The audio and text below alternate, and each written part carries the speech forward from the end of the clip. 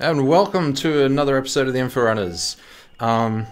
This week, episode 53, we're going to be talking about 2018 expectations with Star Citizen.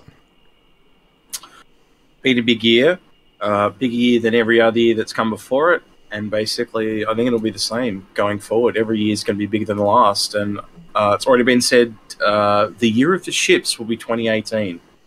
So that's execute.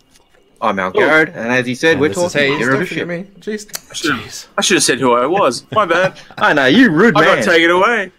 Sorry. When you look back at 2017 was the year of the drought and the wait and the expectation for 3.0 for a whole year. It's still coming, isn't it? Crossing the year desert, of a drought. getting to the oasis almost. Yeah. We're almost there. Or are we? Or is it 2018 that we're waiting? The oasis of Squadron 42. That was I think good, I think if you take a really quick look at it, they've realised the wait was really bad for them, even from a PR standpoint. So they're moving to quarterly updates. I, for one, am really looking forward to the quarterly update stuff. I think it's going to give us some more regular content. And I almost see 3.0 as akin to an early access release or a green light release on Steam. And so now we've got this foundation that we can build upon. So yeah, looking forward absolutely. to. If anything, it's the first bit of the foundation. They've had to get this out the door for the longest time.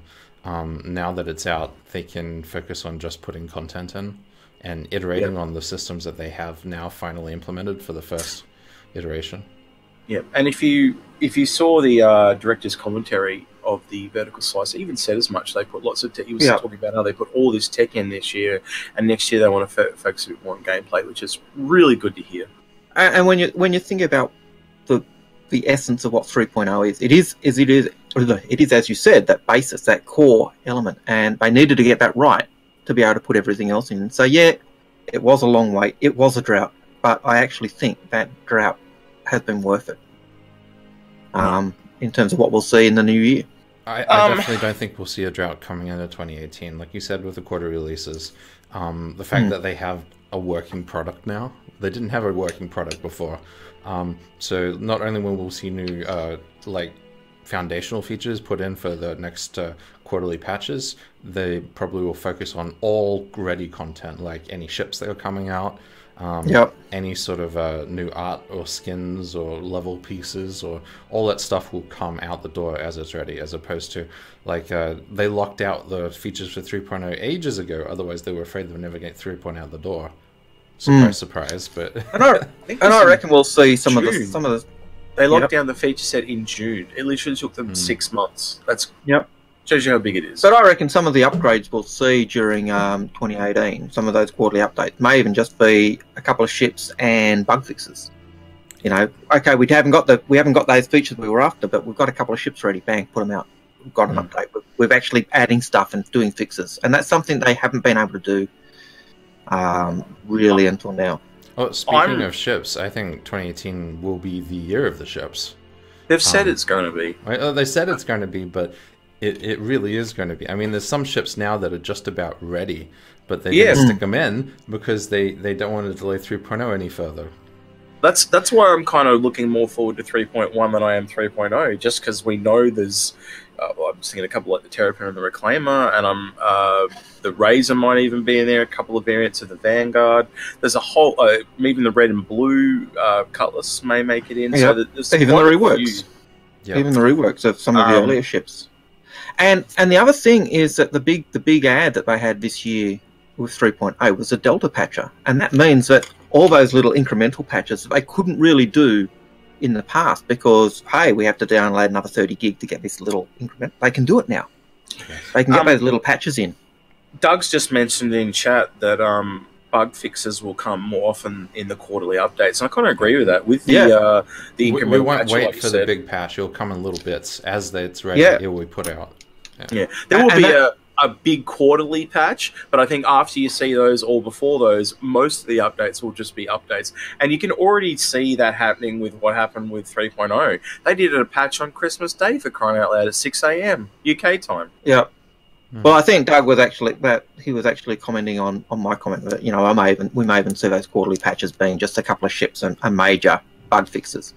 But he's right. You know, with that patcher, with Delta Patcher, they can get small patches in all the time. I think I said it a couple of times to you guys. I don't know whether I've said it on stream, but I've certainly said to you guys, you know, when we were doing Avocadi and PTU, in the past, you and I would never get all of the patches done, execute. And yet this time, I got every patch. Every patch they had, I was able to get in and run. Oh, it would take seconds before it used to take almost half a day sometimes. Yeah. You would download 40 gig at once. Yeah, you'd download it and you'd just be almost finished and a new patch would come through and you go, oh, crap, now. Yeah. So it was bang. And even if you look past that, you'd probably play it once if you were lucky, and then before a patch. Yeah. And now I can, now I don't care if there's another patch because it's, like, at worst, I think the biggest one I've seen was 700 meg. And that was how many minutes? It's like 10, not even 10. I know. It's such an improvement. For me, that was one of the biggest improvements. I would like to see... The game was a buggy mess, but it was so easy to get those in. And what we ended up getting was so much smoother and better and implemented than what we were getting in Avocadi. Well, I'm going to make my first kind of prediction here based on the Delta Patcher, but it's more of a hope. I don't think this one. You know how there's ones that you hope will come true.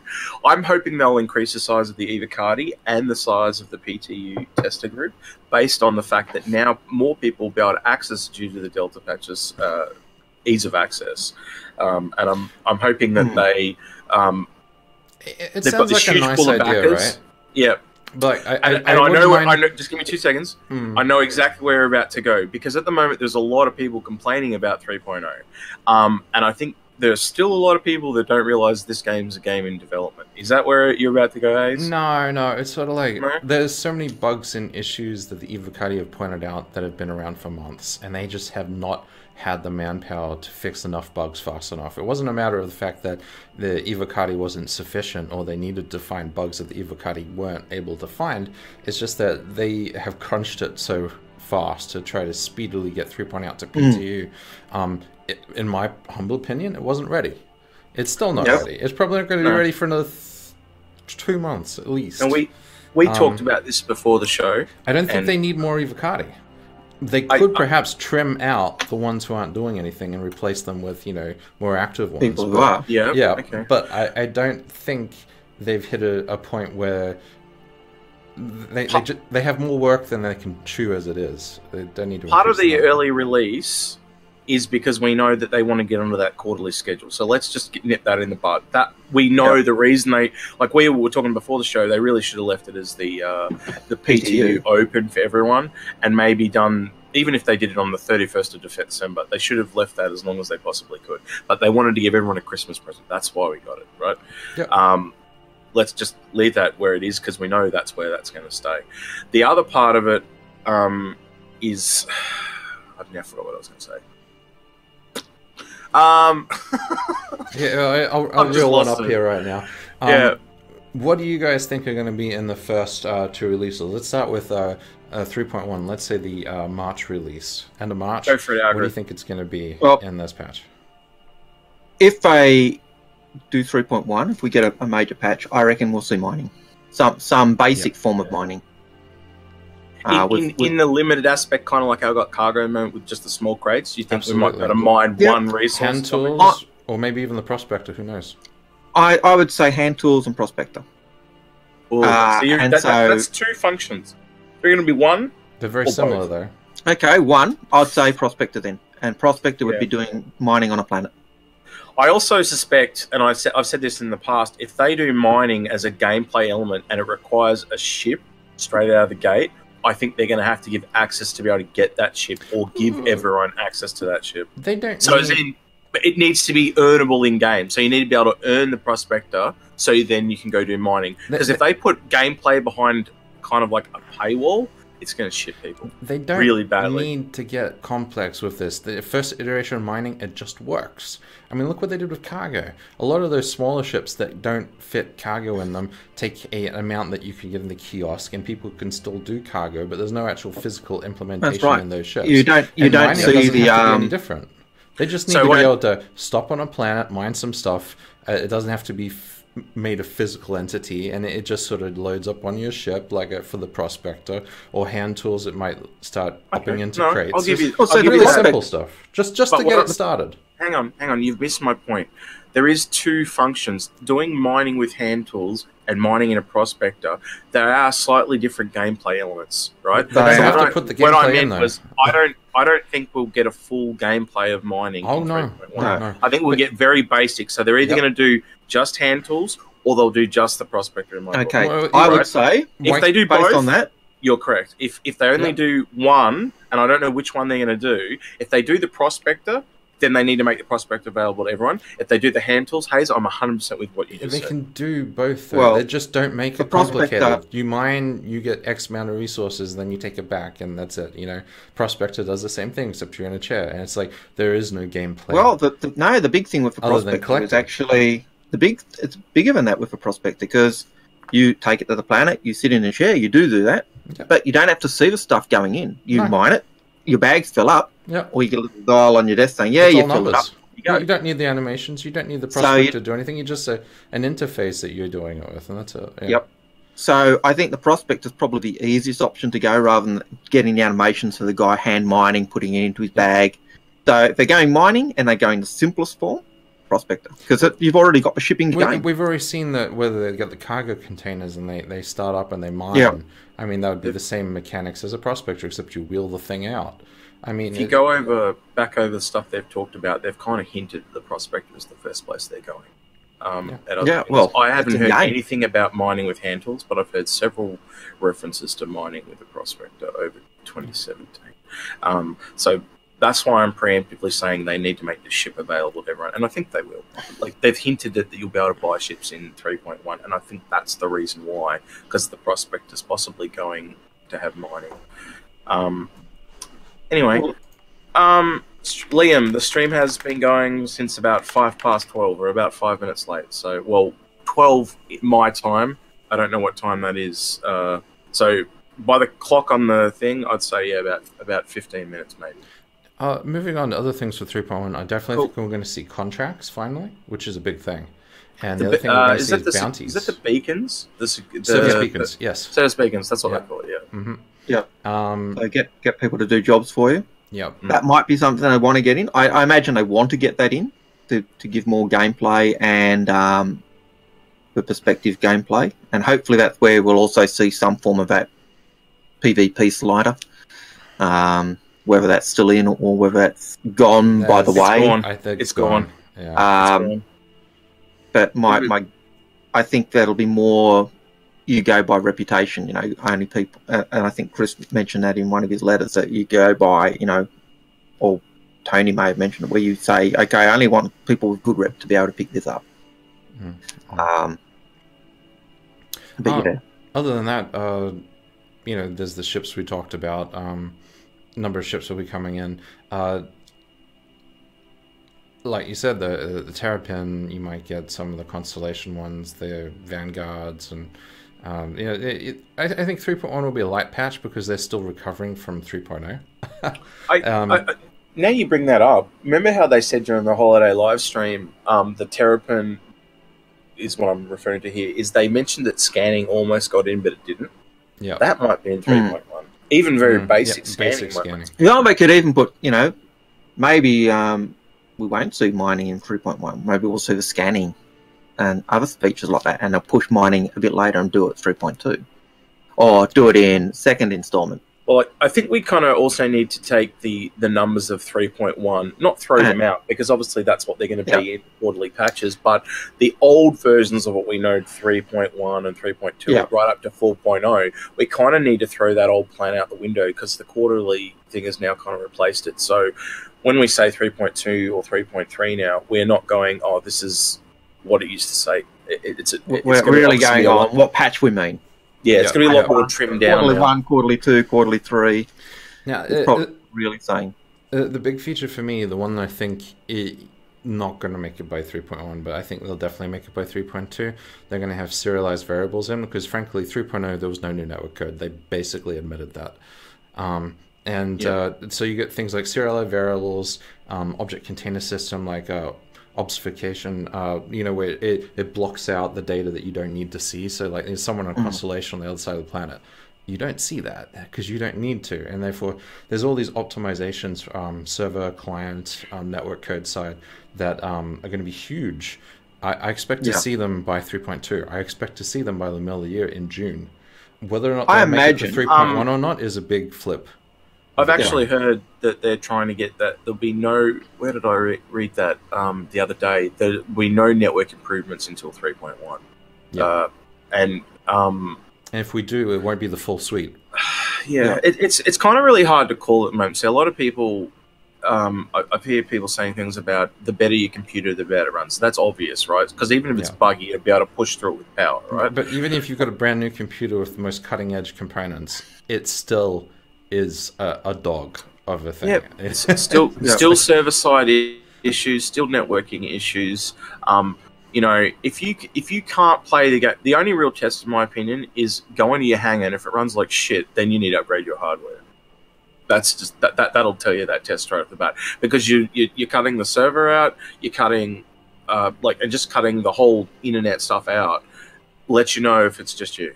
I think this is one of these games that will actually run really well on like mid-range graphics cards. But it's going to have to be optimized to do it. It's not fairness, optimized though. They haven't moved the Vulkan. They haven't done the engine optimizations to run with drivers.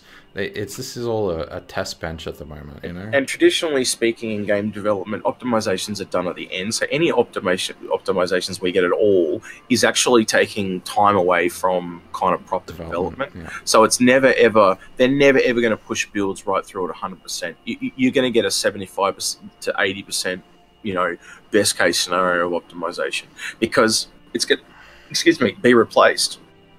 So there's no point doing all that shit. And just so you know, just one point here, 90%, to get it to 90%, that last 10% to 100 takes as long as the previous 90%. Now here's a point. The guys are saying I get zero frames per second at Point Olisar with 32 gig of RAM and a 1080. Now I will normally get 15 to 24 frames per second, and I'm using a GTX 660, so I'm using shit graphics card, and I've got 16 gig of RAM, and I'm not using SSD. Now, that's just showing you, okay, I'm using the minimum specs, and I'm getting a fairly good game spec. You've got to understand the internal builds that COG are running at a full 60 frames per second. It's because they're on their internal network. As soon as they stick that update to the internet, everything goes. Yeah. So the one thing Lionheart might not be mentioning there is he doesn't have a good internet connection, or there's several factors. It's not just how good your computer is. That's right. And Chris also sent out some comments on Spectrum where he actually talked about some of the things that are actually tanking the servers. So if you get a server where the interdiction NPCs are just spawning and respawning and spawning and respawning, it actually tanks the system and results in those 0 frame per second. If you get people spawning caterpillars and starfarers loaded to the gills with cargo, you're gonna tank the system. And so those systems where you get that, and everyone's spawning starfarers and caterpillars full of cargo because that's the best way to make money. Look, I'm gonna say the single biggest upgrade I think you can get and Chris Roberts said this himself as well a couple of years ago, the single biggest upgrade is an SSD at the moment. Then I would probably say your graphics card and then your RAM. And then your internet connection, well, there's not a lot you can do about that. You live where you live, don't you? So, he said Port Olisar, not 0. Yeah, he did. I do realise he said, low graphics at Port Olisar. I did say Port Olisar, but I may have Port Olisar is exceptionally laggy because that's where everyone spawns. So go to Grimhex and get a bed at Grimhex, and then you'll spawn there, and there won't be an issue. So going back to the idea that these are network-based issues, these serialized variables with object container-based system culling, is all going to probably come out in 3.2. We all know that the Idris is the test bench, the first ship that they test all these things to make sure they work. I'm going to make this prediction right now. I reckon we're going to see the Idris in the PU by 3.2, by middle of the year. That's pretty brazen of a prediction, but I'm going to stick by that because I think It's going to be the first system they test. I'm gonna put that down as a hope one, because I think sadly they've mentioned so many times now that we won't see the Idris until Squadron 42's out. Unless they've said multiple times that's not the case, though. Okay, in the newsletter. It may not be the case. However, if they put, there's no reasons to say that we won't see Squadron 42 Chapter 1 in either 3.2 or in the second quarter. I don't know. They've got to move the whole engine to Vulkan and then optimize. We haven't seen any sign they're going to ramp up for that yet. So maybe at the end of the year, but I think middle of the year is too fast. Vulkan will really upgrade it. Algared, like I can't stress how much it's gonna, like, you're jumping from DirectX 11 to Vulkan is gonna make a huge difference. It's like night and day. And if you go back and historically look at DirectX versus OpenGL, OpenGL shits on DirectX. Microsoft just puts too much shit in their engine. Well, the API. At the recent Melbourne Bar Citizen, Josh from CIG was there. I can't remember his last name.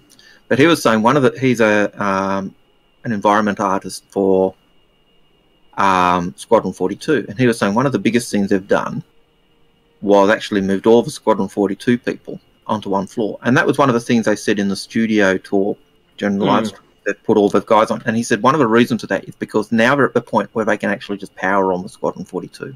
Yeah. And so while it seems too far away, you know, I wouldn't be surprised if sometime this year we're seeing at least Chapter 1 or Chapter 2 of Squadron. Yeah. That's my prediction. Yeah, I'd kind of agree. I'd expect to see, if you were making it kind of like, you know, they did Half-Life's Episode 1 type things, if they made it like a small chapter, I'd possibly expect to see that in some kind of beta form by the end of 2018. Like, I fully believe like they can get the content done by end of the year. The thing is, they need to get their hardware, their engine, and their client ready and ported to Vulkan and optimized. I mean, let's face it, if they're smart, they'll start marketing 6 months before the product comes out. And then it's about mid-year, we might start seeing the first initial marketing for Squadron 42 before an end release date, and an end-of-year release date.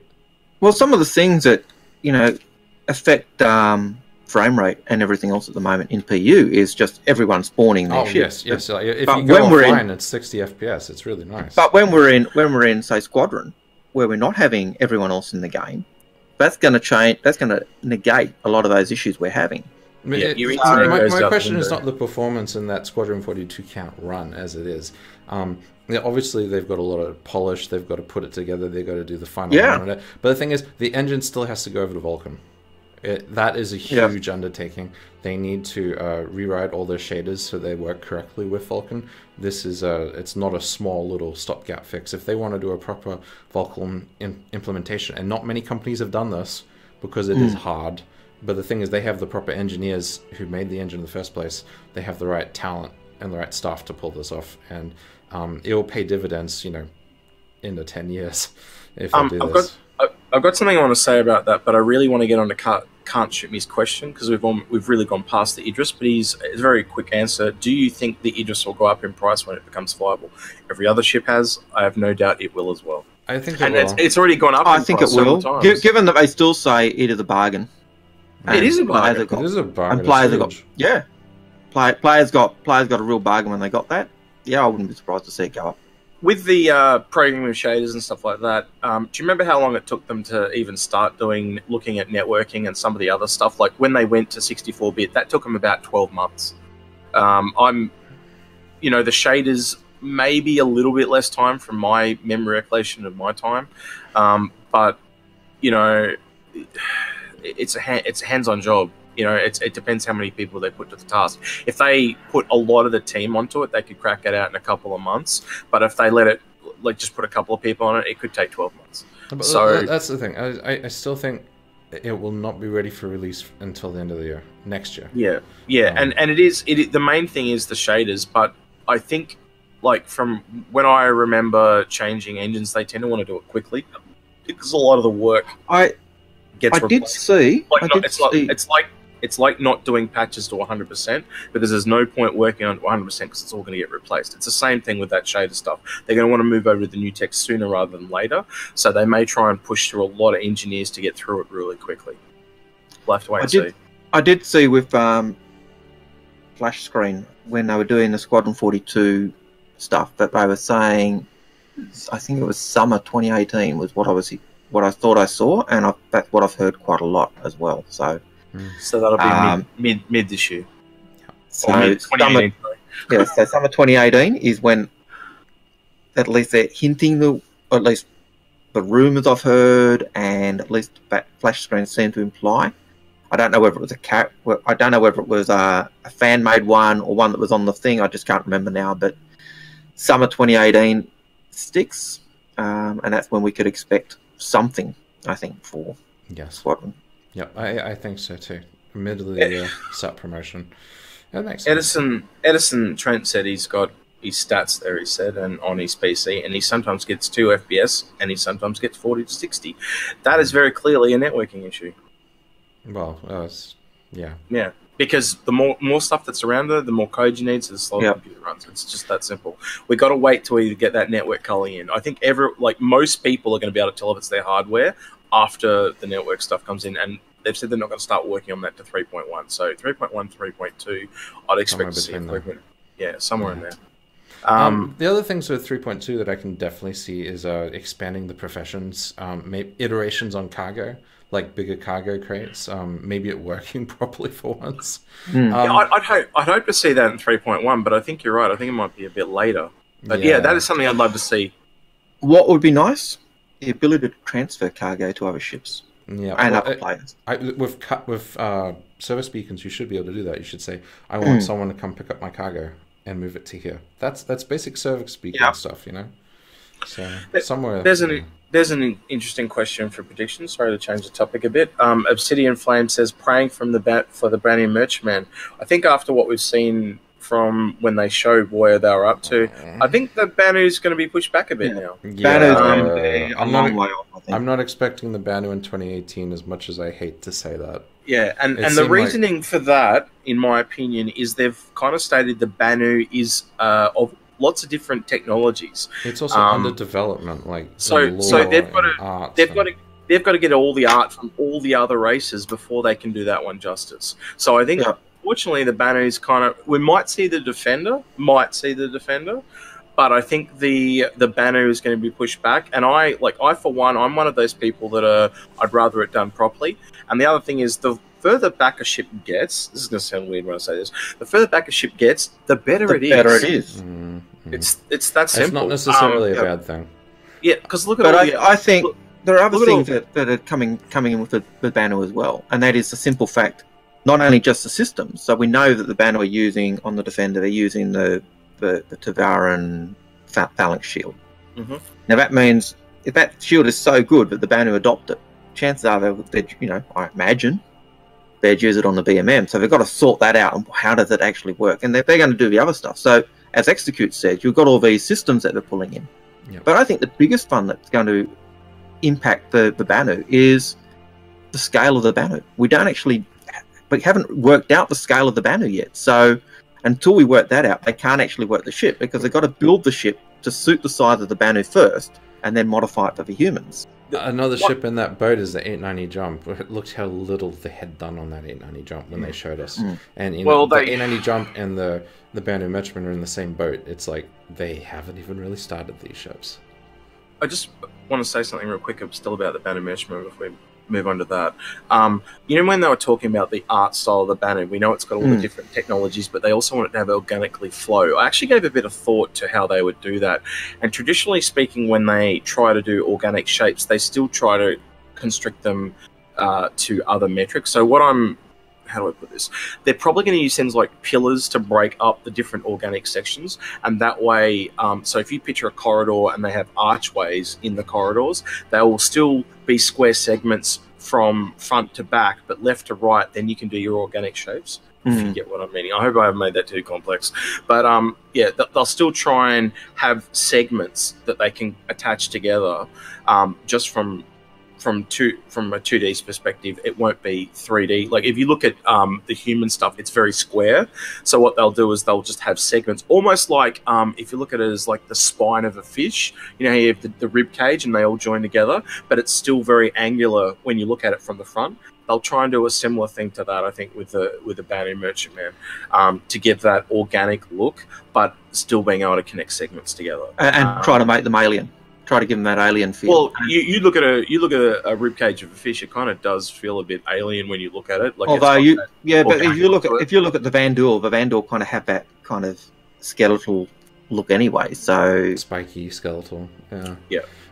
So Mikhail Shelkov asks, when will we 600i flyable? The thing is, the 890 jump may be, unfortunately, going to be way out there. Like, we probably won't see them working on it till the very start of 2019. But the 300 series is in for a rework fairly shortly, and in order to make the 300 work, the 600 has to be sort of coordinated together. I would not be surprised if we started seeing 600i by the end of 2019, close to being ready.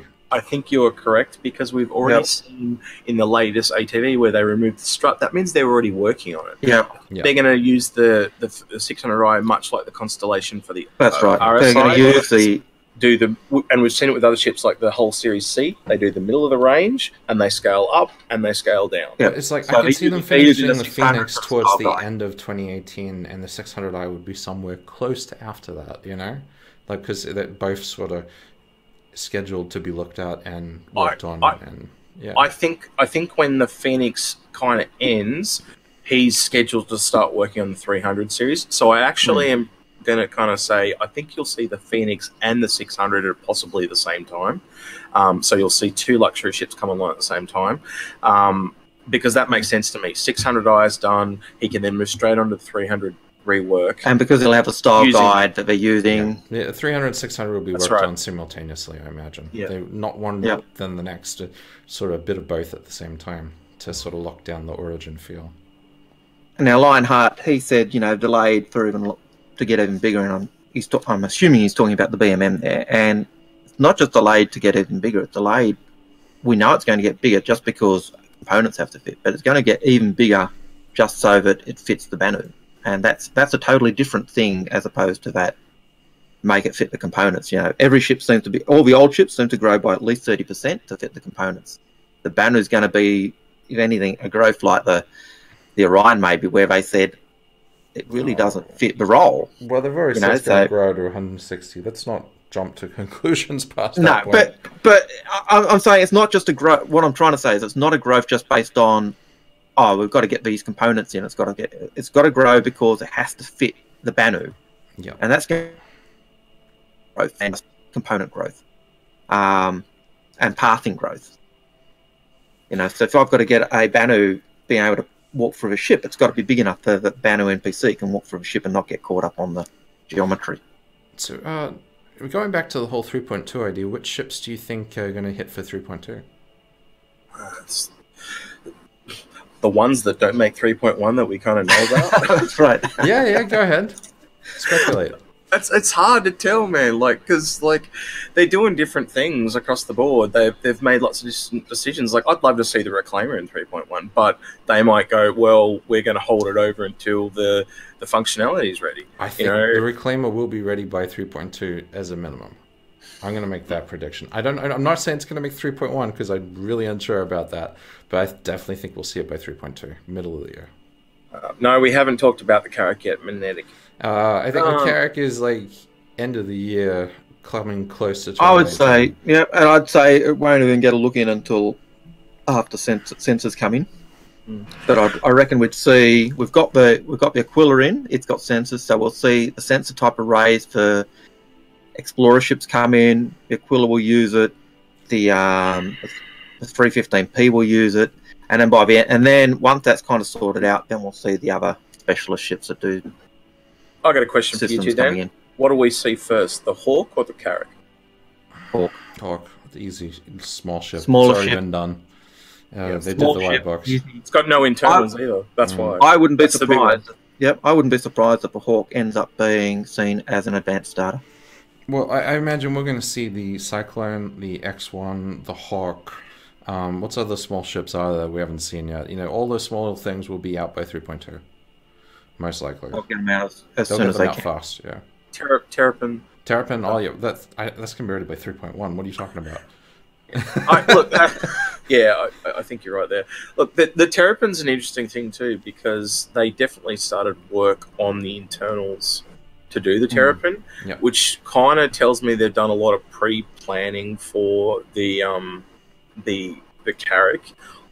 I'm hoping, this is my fingers crossed here thing, I'm hoping the Carrack sooner rather than later, so I reckon it'll come in the early to late end of 2018. It could land anywhere there. Like, if it gets delayed for some reason, it'll obviously get pushed back. But with the work that you've seen on the Terrapin, it kind of does give a lot of credence to the Carrack could come along sooner than we expected. So that's just my 2 cents. Lionheart has made a comment about the new Avenger, right? Saying it's probably the best solo ship.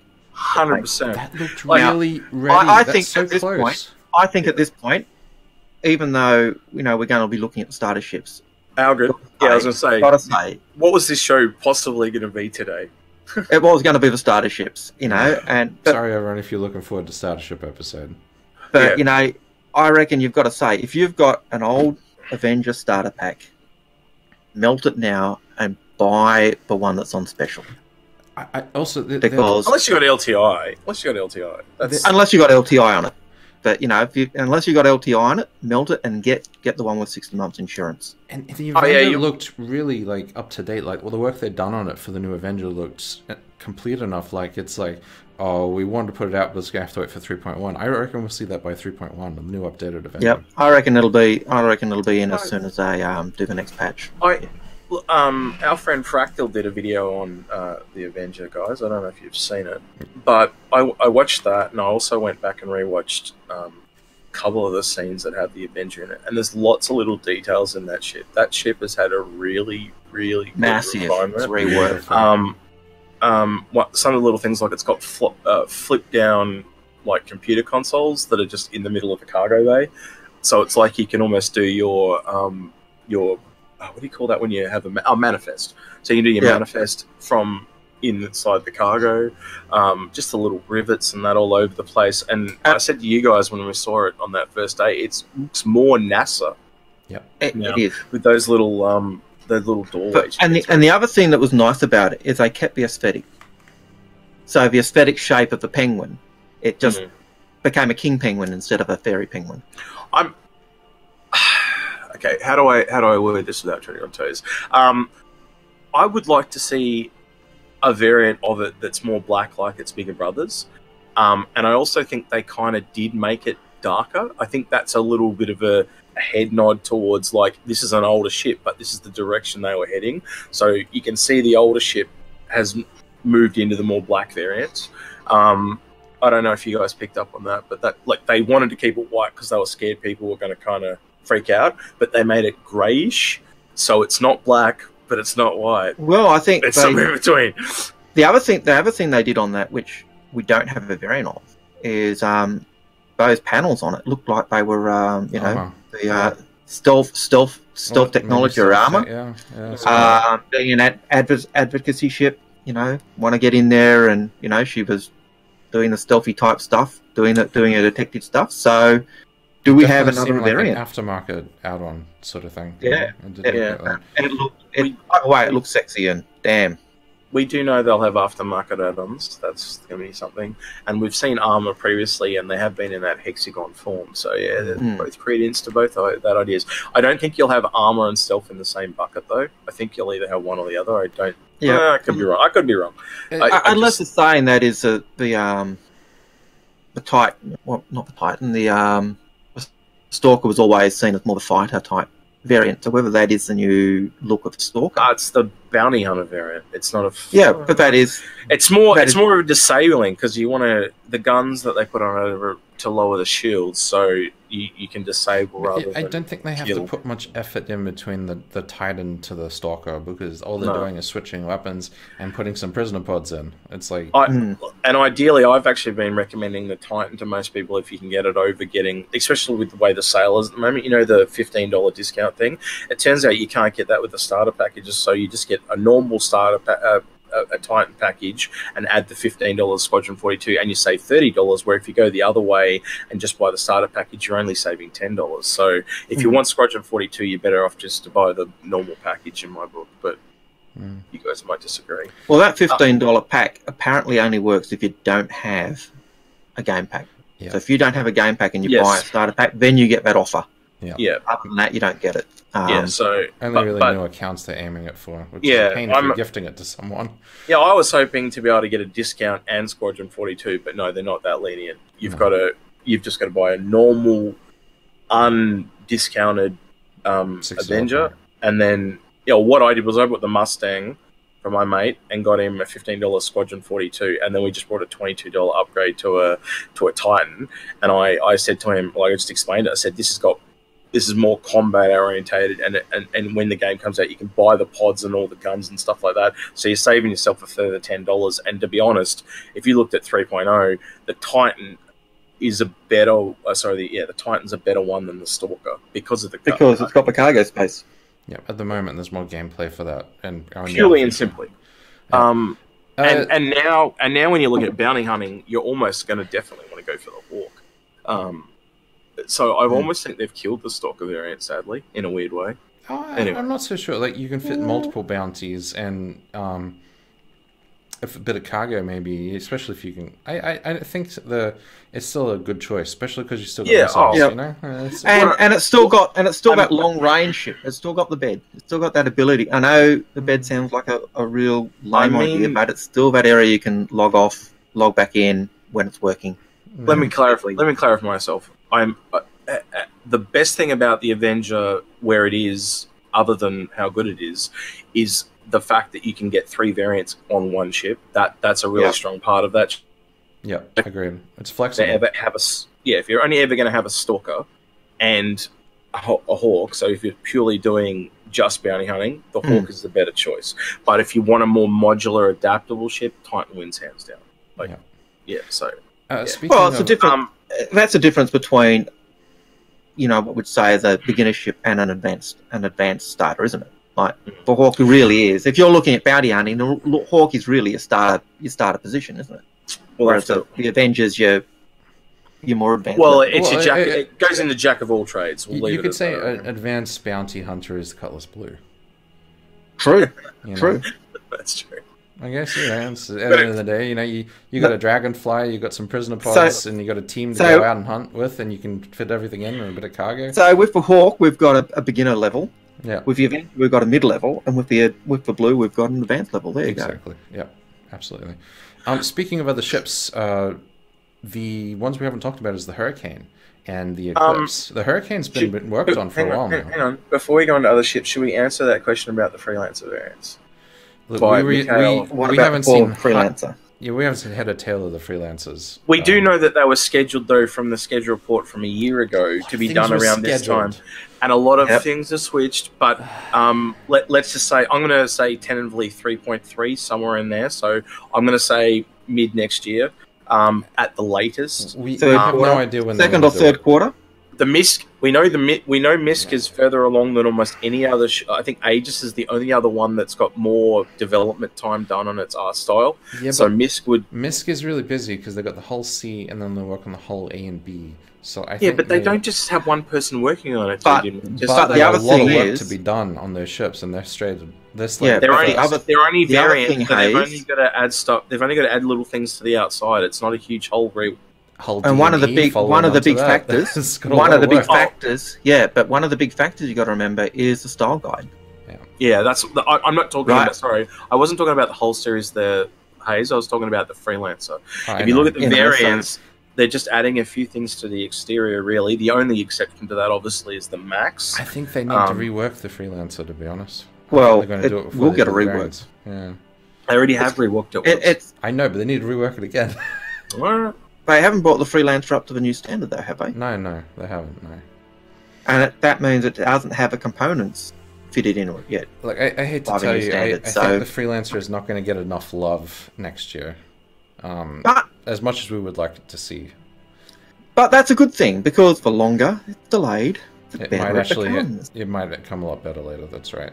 But moving on to we've got the Hurricane and the Eclipse. We'll most likely see the Hurricane by 3.2 guaranteed, maybe even by 3.1. And they have been semi-working on the Eclipse because they like doing little bits at a time.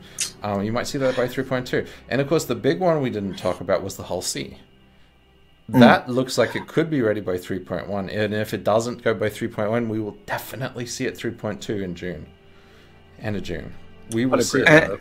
And to quickly just go back on the Freelancer, I've got to say this, is that while we don't really see anything on it, it's a similar size ship to what the Cutlass was. And I reckon the difference in what you saw in the old Cutlass and the new Cutlass is basically what we're going to see with the old Freelancer and the new Freelancer. The main problem with that, though, is it took them a long time to work on those Cutlasses, just the black, to get it out. Yeah. We were waiting for 3.0 for most of that, but, you know... I just don't see the Freelancers getting a good look out in 2018. And if they do, they're not going to release till 2019. I kind of... I'm at two parts of here, right? So this is where I look at it. I look at the problems with the Freelancer, and then I look at how far Misc is along, and how much time it would take to put one person on that. And I think that's something that is very doable. If they have to do a complete rework, though, Haze, then yeah, it will take a lot longer. But my only real problem, and this is such a weird thing, my only real problem with the Freelancer is where the cargo sits. I think it needs to sit in the left and right of the back of the cargo bay, and you walk down the middle. I hate how the turret can't come down if it's full of cargo. That's my only problem with that ship. What's your issue with it, Haze? Just break it down real quick. What needs to be redone in your book? Item System 2.0, turret systems interfacing with that. Like you mentioned, the cargo and the turret, and just general design flaws with making sure everything fits. Making sure NPCs can use it correctly. It's just going to need a touch up. Many areas. So that's just bringing it up to item 2.0. Yeah, absolutely. Well, that's not so bad. You're not talking about a whole remodeling of the ship, though, yeah? Maybe because like is that you hoping, no, or just you don't like the look of the Freelancer, or what is it? They want to make sure they did any final changes on the base, and then incorporated that into the max. So I think if they want to do a rework, they want to get it right the first time. I could see them doing a general makeover of the whole thing before they put out the other variants. That makes a lot of sense. Yep. It is a really interesting ship when it comes to the sheer number of people you can fit it for its size. Like, it kind of... That's the one thing it has over the Cutlass. You can take 4 people, where you're kind of only just taking 3 at most on the other one. It is the evil twin of the... where it sits right now compared to the Cutlass is not in the best of place. Cutlass is sort of edging it out in too many ways, and I think they need to adjust that and balance that. Yes, but the new Cutlass is freaking awesome. The old Cutlass was a piece of rubbish. Yeah, I think they're going to bring the Freelancer up to speed for the Cutlass. And I think that's what I was saying, that the Freelancer old model, what we've got now, is nowhere near what it's going to be, because they'll bring it up, and if you compare the Cutlass to the old Cutlass, you'll see the same type of difference with the Freelancers. Do you remember when we were looking at the turrets on the side and being able to shoot 90 degrees? That was me and Snake, not me and you. But me and Snake were on it, and we found that when one person got in the co-pilot seat, they could take over the guns, and you could literally look 90 degrees to your left and fire.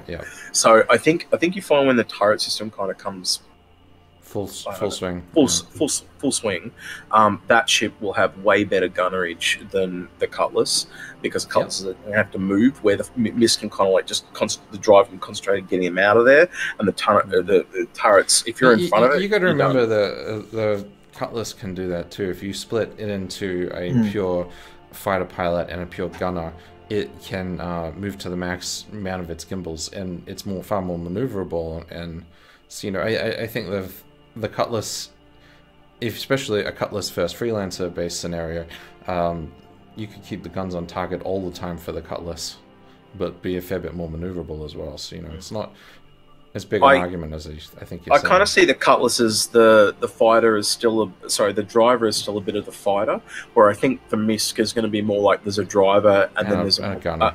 And it's more multi-team work, where the Cutlass is more like, I'm driving this way and I'm shooting this way, and you're the turret guy and you just do what I say. So yeah, we're interested to see where that goes.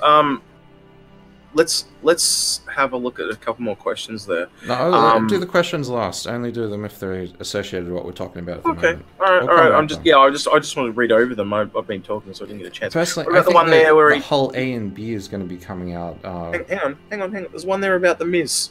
Should we answer that real quick? The Misc also has missile reload system. That is also a big deal. I think that is an interesting thing because when I look at the Freelancer variants, I think the Misc is the best variant in my book at the moment. It sits in the best place at the moment. All the others are superseded by other things. Would you guys agree with that or not? No, I reckon the Max has its own little niche. That's pretty good. Yeah. The Max has the extra engines, bigger engines, a bigger space, the bigger. So there's a lot more to change on that. The reload system for the internal missile system for the Misc, I could see that taking a lot of cues from the Connie's internal missile system. Yes. So when they get that working, they'll kind of be killing two birds with one stone.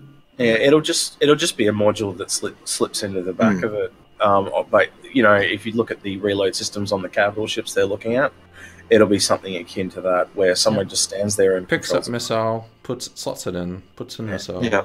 So it'll just add a gameplay element from one of the larger ships to a smaller ship, basically, essentially.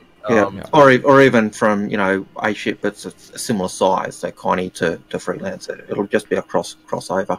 But I find it really interesting because it'll be a gunboat. It's going to be a ship it'll be kind of more expensive to run because of the missiles. But missiles it's going to. I wouldn't want to pick fight with. Look, it's missiles are kind of costly, like ballistic ammo will be very costly. But it's superior. I hate when you guys put in, it's going to be costly, but I hate to tell you, if that defends you effectively... I know. If people see the missile boat and go, shit, I'm not facing that missile, I'm out of here. Then ammunition's going to cost so much, I can't afford it. I can only afford laser repeaters. I'm sorry, people. Yeah. I don't agree with that. Yeah. But And if you and the best weapon is the one that you never have to fire. So if you just rock up with a missile gunboat and they leave, it costs you nothing. That's right. All you have to do is lock on. It's true. Went, oh shit, and they run away. That's, jeez, that was cheap.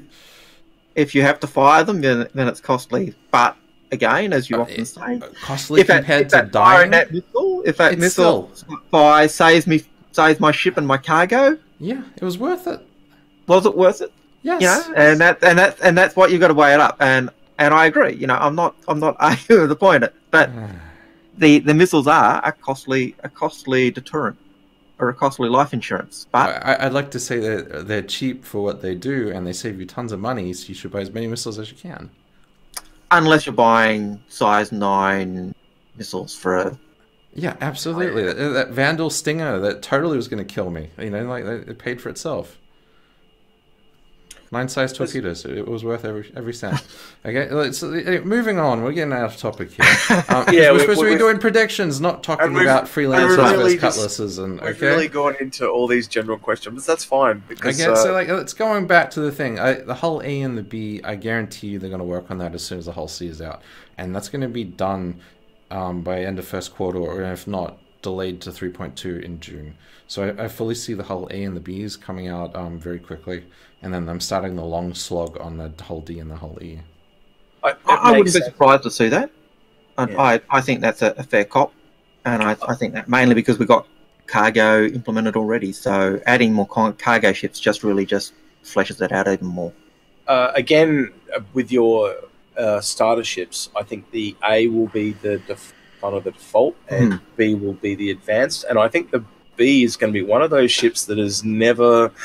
I think it's probably the only other ship I'll add to my non-redundant list at the moment, under $150. Just I don't know. Cutlasses are Cutlass Red, Search and Rescue. I will wait and see, but I'll add them to my list as they come out and see how they go. But it's the only other one I've looked at other than the Sen that's under $150 that I've been able to go.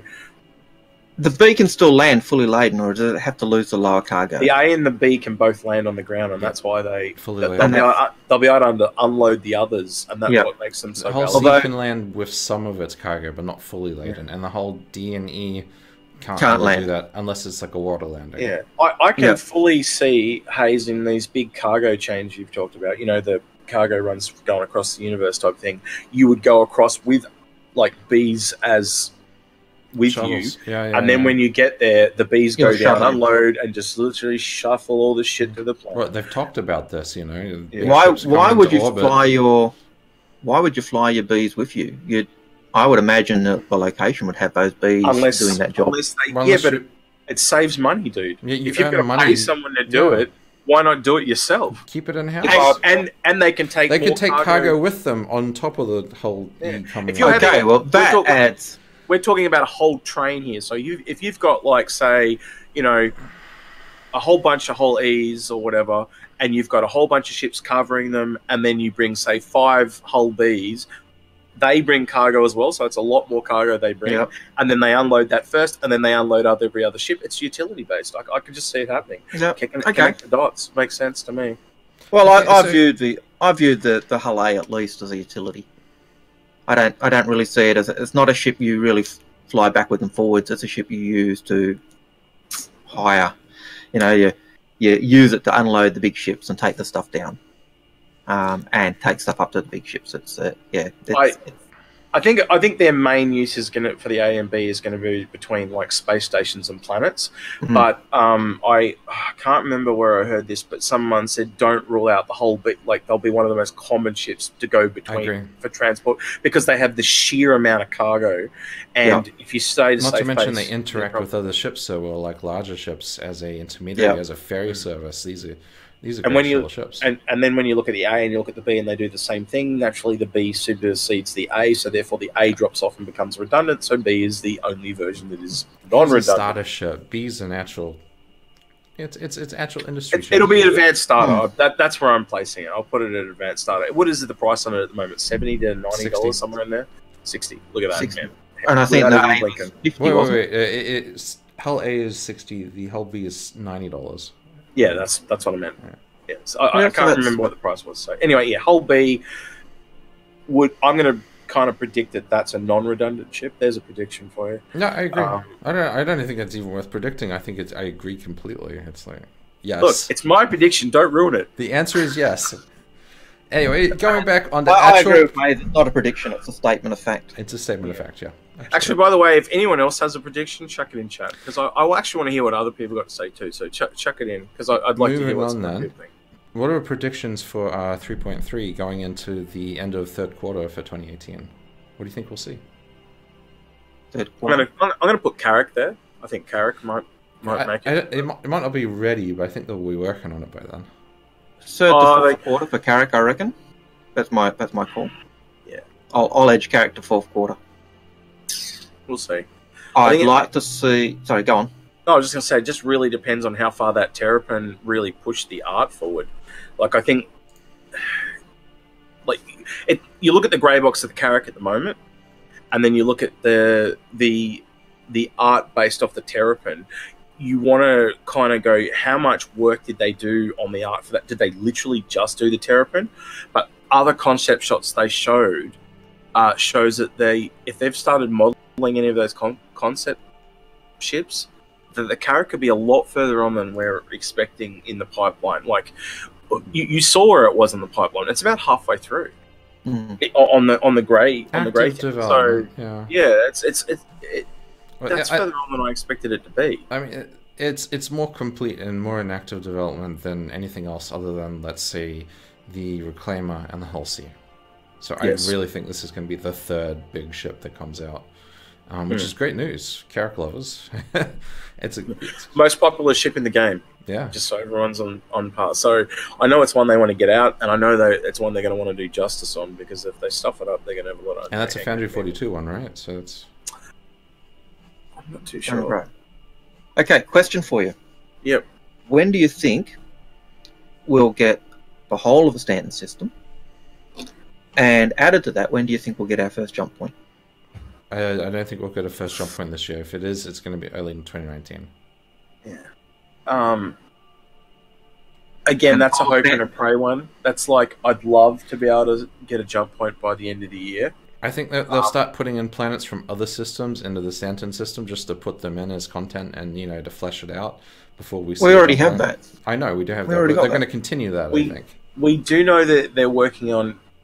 This is to lend credence to Algared's... Is there going to be a jump point in 2018? We know for a fact that they've worked on technology towards the pyro system, and you can see it in the sky in 3.0, right? That'll be, in my book, the first system we go to. If they've already started work on it and we don't know how far along with it, maybe next year we could get that. I reckon we might see a demo for jump points in Gamescom. I think our strongest recollection for all these predictions is going to be 3.1. What comes in 3.1, what you can see, how much work they've done in 3 months, you're going to then be able to jump over the next couple of 3 months and see where it's going to go. It's going to give you your timeline. So a lot of this is going to be interesting. We might even do another prediction show in 3 months. But just to go, they've already shown us where are we going to be? In CitizenCon and Gamescom, what we should expect for 2018. So I don't think there's going to be something we didn't see. But when they're going to start showing us the new stuff, will be the Gamescom, the CitizenCon, the holiday live stream or whatever it was this year. That stuff next year will show us what will happen. Okay, so the stuff we haven't seen before, but they'll save it for those periods. Based on our predictions and hopes, we don't expect to see a jump point this year, maybe next year. What about the rest of Stanton? We'll definitely see the first 2 planets and maybe the third. Yeah, Microtech's last, isn't it? It's like Hurston's really complete. We saw that. It looked very, very. And complete. We saw ArcCorp as well. ArcCorp looked pretty good too. So I reckon Hurston and ArcCorp this year we're going to see them. Whether we get Microtech or not, I'm not so sure. That could be like very end of year type. And the other question. Stanton's obvious because it's a gas giant. Let me answer this question before you go on there. Microtech is a snow world. We've already got Yellow that's a snow world, so I don't see that being a huge problem. Right? So the only real... I believe it's an icy world. It's an icy world. Yeah. Look, ice not a problem. So really it's just the structure. We know it's mostly glass. Yep, so it'll be the style guide that really comes in for Microtech. Yeah. So... Really, the only hard one is Crusader. And again, you look at Crusader, it's a floating city. It's modular, so it's not that hard to do compared to other things. I'm going to really say I think you will see that system definitely within 2018. I can't tell you where it's going to be because there's a lot of variables. 3 out of the 4 we're going to see. So we're definitely going to get Hurston. We're going to get... really, all they've got to work on, though, is Crusader and Microtech. Yeah, if the landing zones are huge amounts of work, though, for the artist teams. They will... Yeah, but if they've already done ArcCorp and that this year, that's 2 done this year. Okay, But it took them most of this year to do those. Okay, so 3.1? Hang on. They were also ramping up to those. Right, they actually said that they didn't even start hiring the art team until March, April. Yeah, right, they had to ramp up to those, and they still, after ramping up, they still managed to get 2 done. What was the name of the company again that totally, left them in the dust to do their own game? It was Behavior. Yeah, Behavior. They went on to make their own game. They said, was it Dead by Daylight? Yeah, Dead by Daylight. Yeah, they said, they're going on their own game, so we totally understand that they've completely dropped us on our contract and not doing work for us anymore. That must have hurt, I can tell you that much. But I think it was an opportunity for them to make their own art department for the level. Better to be internal anyway. Internal work for external is like night and day. Now the only external company they're using is like Faceware and Turbulent, which is not that bad. Okay, so we might not get all the current planets in Stanton in one hit. We'll get a lot of them. Will we get maybe one planet, ArcCorp 0.1? And Hurston. I reckon Hurston. 3.2. Yeah. So if you do them with one, do an upgrade to each one as a different quarterly upgrade. 3.0's like got moons, but these are like real planets, heavier with atmospheres, moons. heavier gravities, landing zones, and environments other than desert moons. And more moons. It's like it's going to be really good. This is like we thought 3.0 had a lot of content, and wait till you actually get proper planets instead of moons. It's going to be great. it's one of the things that blows me away when people say, "Oh, it's not worth it," and you think, look at what we've got at the moment, just in Crusader. Just in the space of Crusader, you've got a massive area of gameplay and a space you can fly around and do stuff in. And that's not even the Stanton system. That is, we often talk about it as being Stanton, but no. This is just the planet Crusader in Stanton. We've got a whole shitload to come, and that's like... I think you're going to be able to see the full sense of scale once the first system is done. People oh, this is 1, and this is going to be 100, and they're going to go, oh shit, So yeah, I already do that. Well, when I show people the game, the first thing I try and show them is the scale. So I go, here's the Crusader, and then I take them into the star map, and I go, this is what we're playing in at the moment. So I just show them the little moon and the 3 areas. Yeah. Sorry, the Crusader and the 3 moons, and then I go, and this is the whole system. And then this is the entire map, and then they go, "Oh shit!" Yeah. And then they realize how big it's going to be, and then and then when I fly down to a moon or whatever, and they see, and I go, "This is a moon. We haven't even done a planet yet." This is that little that was the smallest moon of Crusader, and they go, "Shit." And then I state things like it takes 12 hours on akin to a motorbike. And I call them like hover bikes. So I put it in generalized speak and say, and it takes 12 hours for me to drive around this and circumnavigate it with a bike. And then they go, and they just, and then I explain things like, if you took every player that's in the game currently and they held hands, they can't go all the way around the moon. And stuff like that, and they start to get the scale. I always try and push the scale, because once they get the scale it starts to blow people's minds. And then I explain it's like a quarter of real world scale and stuff like that, and then they really lose their shit. And I think we've hit the boundary for predictions now. We might quickly go through questions. Yep. Did we have some prediction comments? We did have a few. There was a few prediction there. I thought someone said something about the Reliant Sen, and he reckons it'll be good for minor data recovery. I saw that. I think it's got more the data going to be systems in it. It's going to be more science and research, yes. Yeah. But it definitely have all the facilities in it to do those data-based sort of things. Yeah. I think at the moment, because there's a lack of a middle of the ground science ship. I think it's really going to have an area for going to put it this way: if you need a rare plant to take back to your drug lab, that's the ship to do it, because it's a small science ship. It's the only thing that's going to be able to look after that plant. Well, the smallest. If you want the plant alive, if it's just seeds, any cargo ship. But if you want that plant transported as a plant and to keep it alive in like a life pod, and they've already stated there's going to be life pods for plants. We've seen them go into on the ATVs. They had the plants on the ring, and they also had plants in these cylinder things. We've got those cylinders in hangar flare. So yes, so if you're doing it like that, you're going to need to have facilities to keep it alive to get it back to the ship. Okay. But I imagine that the 315p. An Explorer might do it. Certainly the Aquila should be able to do it. So not just a Sen. I think most science-based vessels can do just about everything else that has to do with each other. But under the official listing, there is only 2 science vessels, and that's the Endeavour and the Sen. And until I hear contradictory to the fact, the Sen, that's the one thing that makes the Sen non-redundant. Anyway, Haze. Anyway, we're going through questions here. Edison Trent asks, Did you guys know the Starlifter is a variant of the Genesis Starliner? I did, but I didn't remember that until you actually told me. And so, when they say that the Star... honest to God, the Genesis Starliner, I wish they'd put more effort into the variants. And Is that a Drake... Gemini hybrid? Like the Gemini the Gemini is Crusader. Yeah.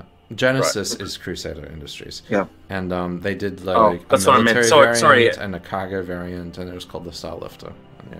Yeah. Oh, okay. So I meant Drake. And it's different, and it's also the way as it was originally pitched as being a Starlifter with more the great big cargo planes that open up and put stuff in. That was the way they were kind of billing it. which kind of says that it's got to be 10 times the size it is already. But the Starlifter, as described in the live stream, was a different concept altogether. Are they changing the idea? I don't know. Just to kill two birds with one stone, Star Citizen 89J literally just asked what current or future ship would be able to transport a new tank. Yeah, that's one of them. Oh yeah, absolutely. Starlifter. In fact, I'm surprised the amount of the community with doing salt over, oh, can't take the Nova in anything but an Idris, and I'm just like, hello, Crucible. It's got like a whole garage, and it's got a know a thing ramp on it and everything. And how are these people so thick? Someone did the math, by the way. That Crucible, not just one tank, it can take 4 tanks. I think anyone who complains that a Nova can only fit in an Idris is not using their brain and only wants an answer that they've already thought of, and that they don't like this tank. And they want to shoot it down with as much salt as they can. And the thing is, we already have ships that can fit a Nova tank. The Crucible would be a good start. There's Starliner, Genesis maybe, and then you have the Idris, and more than likely, regardless of that, they're going to have to build ships to actually carry this. Like, once they've made the Nova, they will want ships like they did in the Drake sale and things like that. You don't worry about what can handle it now. Nothing can handle it now, but that's okay, because they said that in the Q&A. It's not a problem. I know. They said in the Q&A that it's the only ship that can carry it now, which kind of hints that there's other ships coming that'll be able to carry it. And the other thing that they said in the Q&A is that they're looking at, if they make other tanks, they'll make smaller tanks. So it makes sense that this is a heavy tank, they'll definitely make a light tank. It just makes sense, especially if they want. They probably would. They would most likely make a light tank next. It's just so much salt in the community. Even around some of the big YouTubers. Like, I was watching a video from Minion Soldier, and he was just so negative. I'm like, oh, it's too big. Oh, it's not going to fit anything. Oh, it's a huge problem. And it's like, he goes out of his way not to have any sort of an imagination to look into the future and say, this is amazing, because this means in future they're taking ground combat with spaceships seriously. It's going to be a thing. It's going to be one seamless experience, and he can't see that. War Thunder. I think what I see it as. War Thunder. I think if you look at Minion Soldier just really quickly, he is someone that I don't like to put dish on people, but it's a repetitive theme with his videos. I actually get really annoyed and have to turn off his videos because he gets a lot of stuff wrong. He comes at this from a real passionate place. He just doesn't have the... He lacks the imagination for a situation outside of his experience today. Well, he comes when he sees at something that he doesn't recognize, it goes over his head. Yeah, he comes at, as I said, he comes at from passion. He doesn't really come at from development. So it's more passion than logic, as far as I'm concerned. And unfortunately, that's why he will never really take off, because he comes at as a fan rather than a knowledgeable expertise. And that's not something that he can't learn. I just wish he would learn it, if that makes sense. It doesn't help he puts his videos out like just before ATV, and then his whole video gets contradicted by the new information he just missed. Yes. It's like I feel sorry for him every time that happens. But see, there's some of the insight. Sorry, in chat, Edison just said you can put 6 Novas in the Polaris, and that is true as well. Look, if it fits in the cargo bay, sure, but we don't know what that ramp size is going to be yet, so it's a maybe. I could see them making it big enough to fit it if it could. Given that the Polaris hasn't been built yet, I could imagine them doing that. It's a ship that can land, so it makes sense. Twitch asked, do you think they'd ever can fit a Tonk?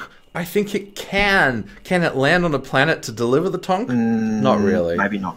Maybe not. Well, that can it use the Tonks as bombs? Probably. yeah. If you want to use it as a planetary bombardment bomb, yeah, sure. Just load it into a railgun, throw it out the hangar, and let it re-entry itself. What's that movie where they're it's one of the Dumbo Drop.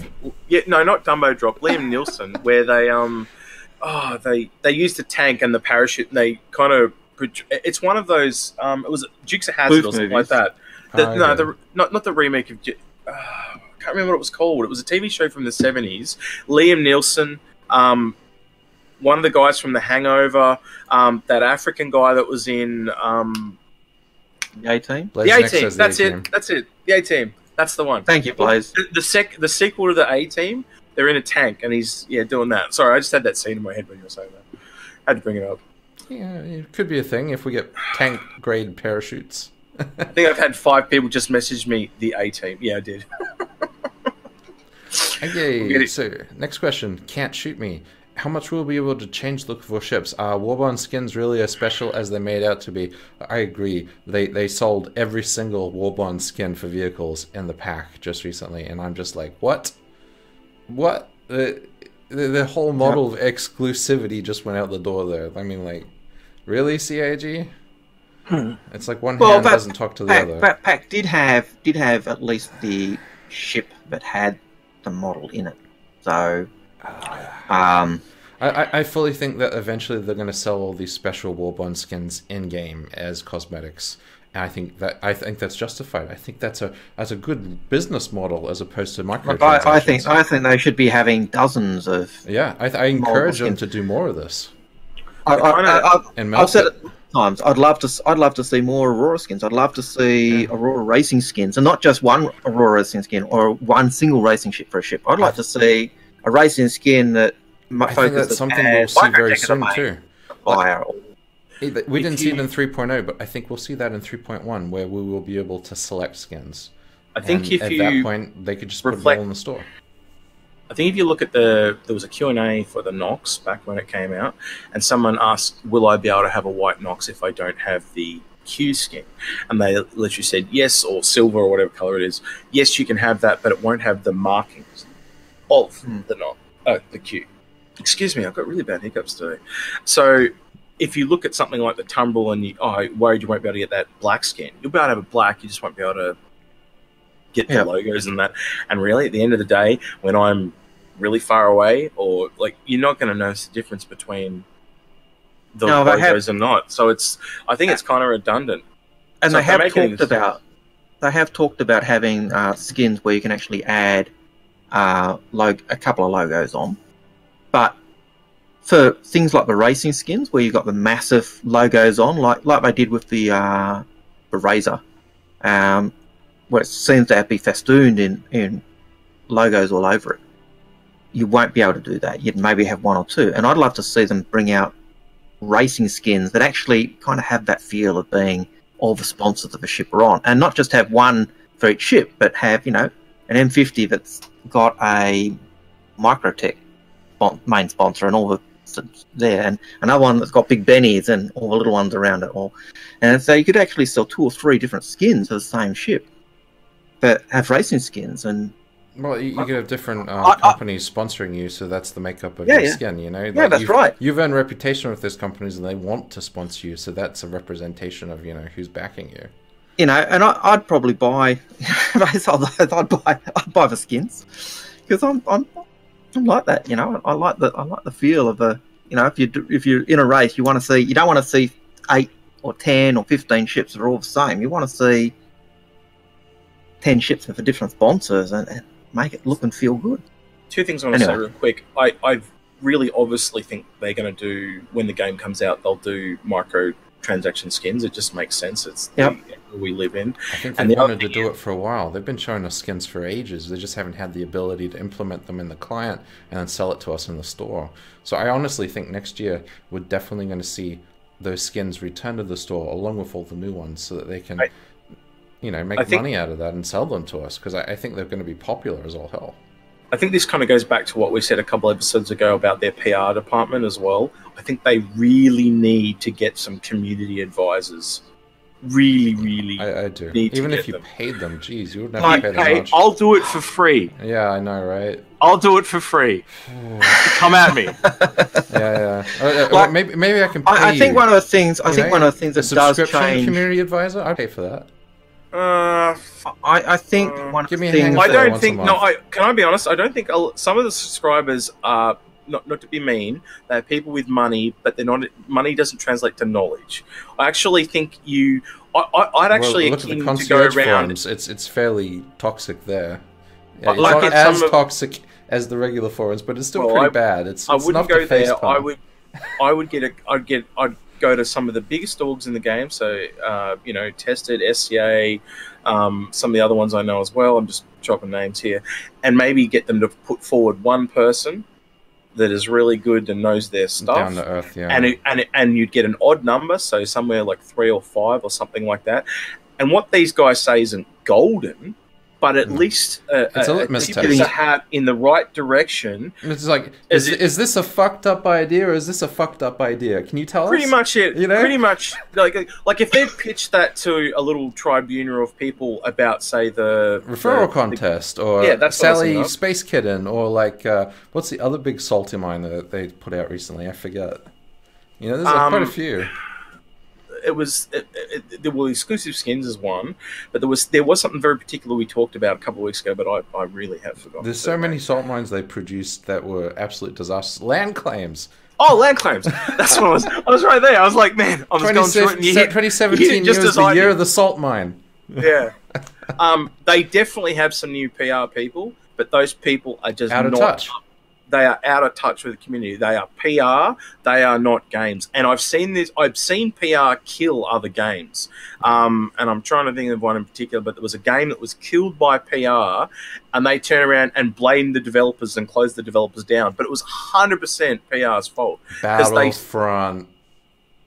Yeah, that'll be maybe. But it's not the one I'm thinking of now. I'm thinking of a game from 5-10 years ago, and I remember when it came out, and they PR'd it, and I'll give you another example. Actually, I can think of one. Do you know the TV show Serenity by Joss Whedon, right? Yep. They pitched that to the Vampire, the Buffy Slayer people. So when everyone went to watch it, they were like, oh, vampires in space. They go to friggin' watch it, and the whole show failed, yet it got so popular after it was cancelled, they made a movie for it. Yeah. So that just shows you PR terrible. Yeah, they had no idea what they were doing. Yeah, there's a good example. Anyway, yeah. Now with the skins, the one of the things that has stopped them putting out more skins was actually they said we're actually developing the tools so that you'll be able to do your own.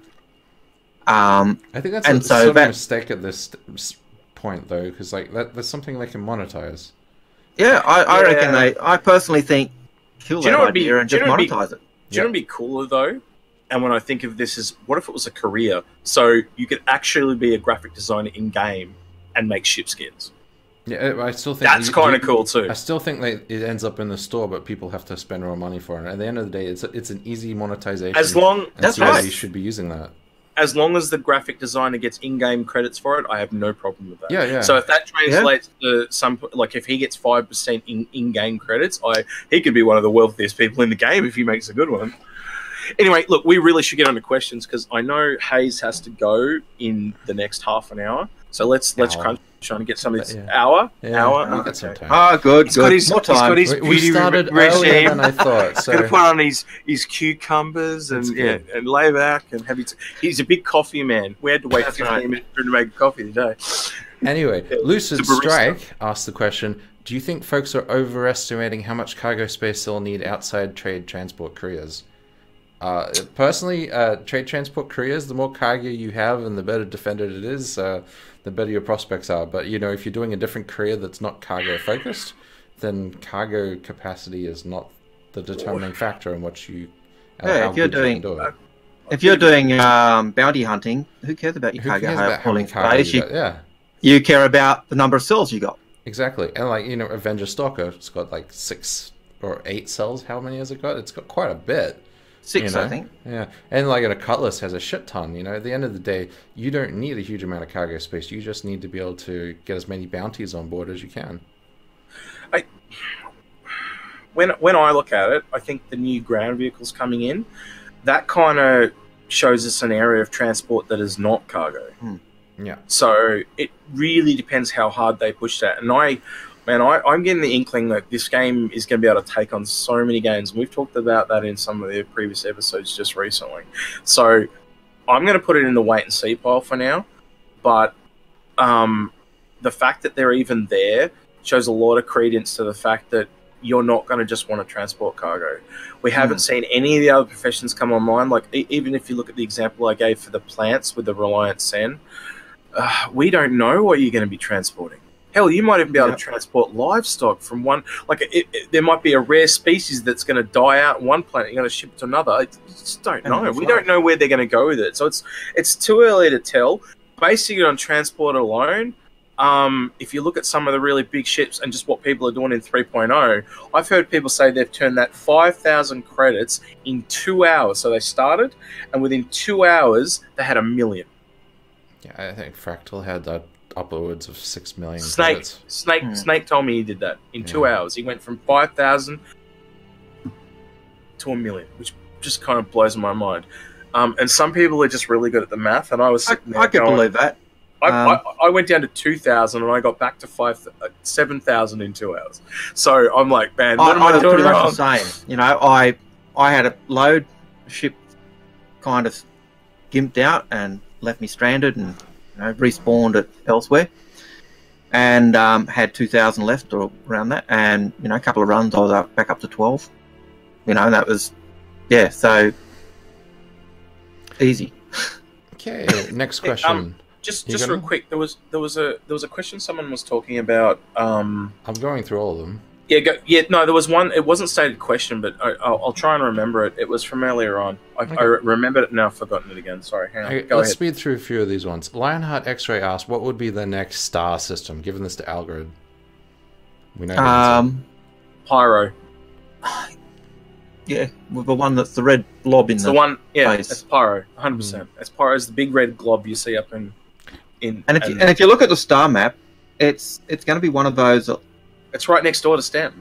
Yeah, it's next door to Stanton, and it links up to wherever Levski is, I think. So it's going to be one of the systems that link to Stanton, and we've got Levski, and I reckon they'll make it. There's about a line of 5, and if you look at them, they all kind of connect, and they're really main ones. And Pyro, and as you said, it goes on to Nix and stuff like that. So they're definitely those 3 at least, but I think there was a couple of others I remember looking at. So I agree with that, Algared.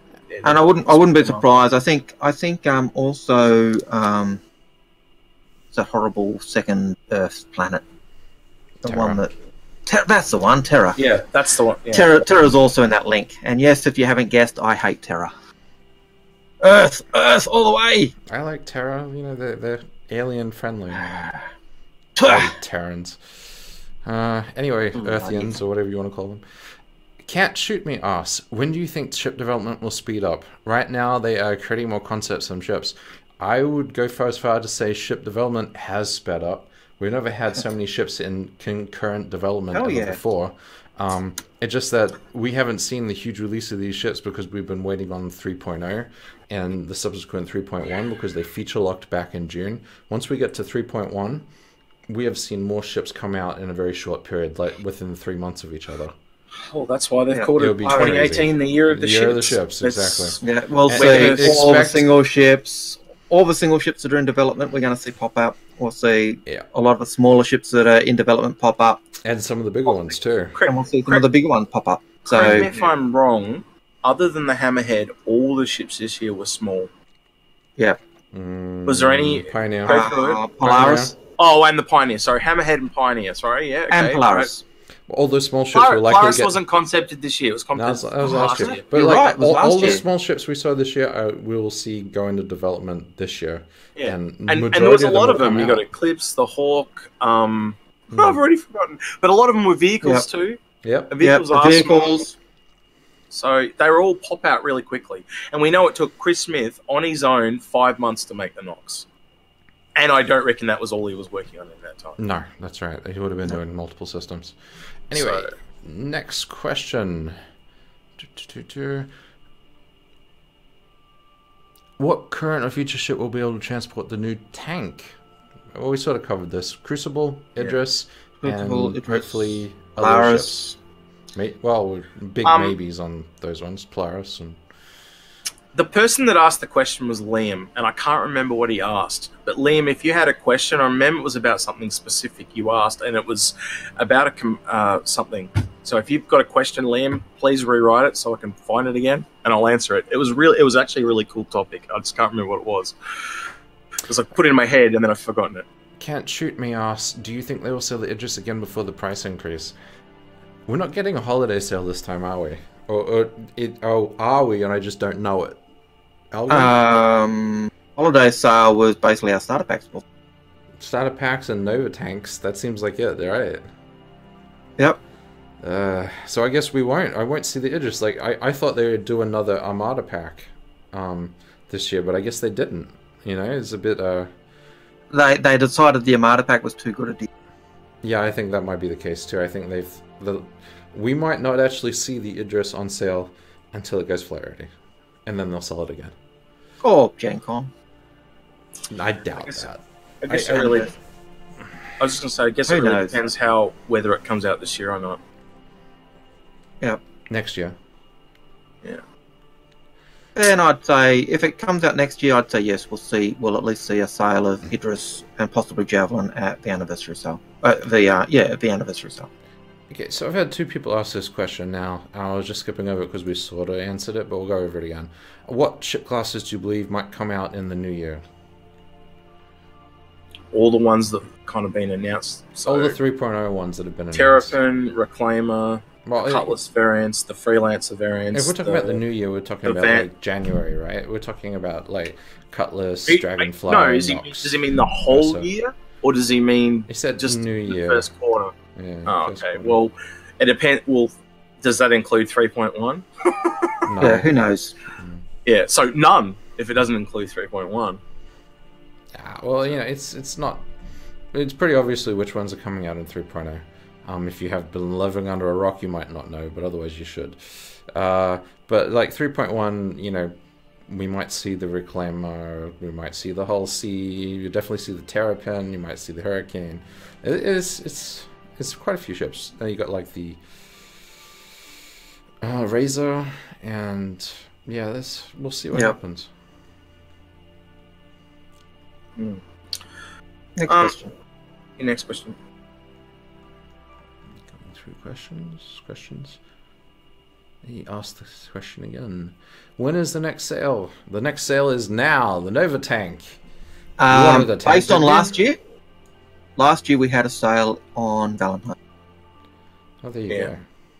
If you're looking at just big sales, but kind of last year they almost did a concept sale almost every month. Yeah. So. But they did it more than every month this year. Jeez. Yeah. The last few months have been like bang, bang, bang. Yeah. They were quiet a little bit for the start of the year. I can't remember which was the first one, but it was around about the eclipse. After, I think it was a ship before that.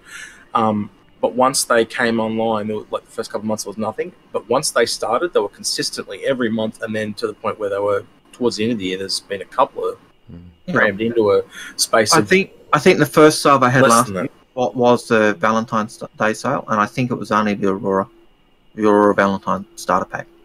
Yeah. Lylid asks, on bounty hunting and logging off with bounty on board, what is going to happen? They've specified once you've caught the bounty, he is cargo. He is just like any other cargo. Nothing happens. He's stored on your ship. So if I capture Haze, my understanding is Haze avatar is kind of a fat is just a cargo, and Haze wakes up, over in a prison or something. Exactly. Yeah. Who asked that question? Lylid123. That is the question I was talking about. Okay. Let's see how far. So it wasn't Liam. That was really far back. But that was the one I was talking about. Yeah, sorry. And Liam asks, which comes into the game first, buying ships or a flyable Carrack? I think they're going to be a viable ships. Buying ships is in 3.2, I think they said, or 3.1. We won't see the Carrack before then. Just a follow-up question to Daniel's question he said there in chat. I was asking about the whole year until December 2018. So any of the ships that we've heard about being modelled, so things like the Reclaimer and the Terrapin, all the variants of the Vanguard, the Freelancer, stuff like that, I'd expect to see those by the end of the year. Things that have their more advanced or more established pipelines, so things like the Hawk, and they're smaller. So the smaller they are and more advanced their pipeline is, as in their art pipeline, more realistically you're going to see them. So Aegis, Misc, Anvil, things like that, and one-person seater fighters are all going to come to the front of the line. All those vehicles being smaller, same thing. As long as they don't have too long to establish an art style, they'll come forward more. Sorry, Eric, you were going to say? And possibly any of the ships that are in final art or in that kind of end of that that thing, and you just have to go back and have a look at the holiday. The way we come to these conclusions is to look at what's been done, how far along it is, and how far it's got to go. So if you were to look at, say, something like the Pioneer Prospector, that's going to take longer because it's a really huge ass ship, and they haven't done a lot of work on the consolidated Outland for a long time. Yeah, and it's the same thing with the Banu Merchantman. That's how we predict it's dropping back because the Banu have got a lot of technology from other races. They've got to do that technology of the other races. It's not just that, the law, the art and the law, race, if a Banu use, some of the tech from one of the races, the race we haven't really heard much about, man, that has to be developed. They have to do so much more work on Banu before they can make the Merchantman, because they're still working on the Xi'an language and fleshing that out, and they haven't even started on the Banu. Okay, we're going off tangent here, real quick. But the last thing I want to add is the Xi'an would be quicker to do than the Banu because the Xi'an just do their own already. shit.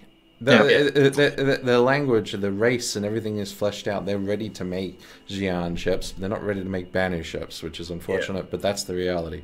Anyway, moving on to the next question. Yep. Do you think they will stick with the quarterly release schedule? If not, will there be backlash from backers? Look, they can, and so they will. Delta Patcher is finally in. They have no excuse not to do quarterly releases. There will not be any backlash because they will do quarterly releases because it's no effort to them. It's no skin off their back. The biggest difference, the biggest thing that makes it so easy is that Delta Patcher. The fact that you can get an update that's only 700 or 300, megabits or whatever.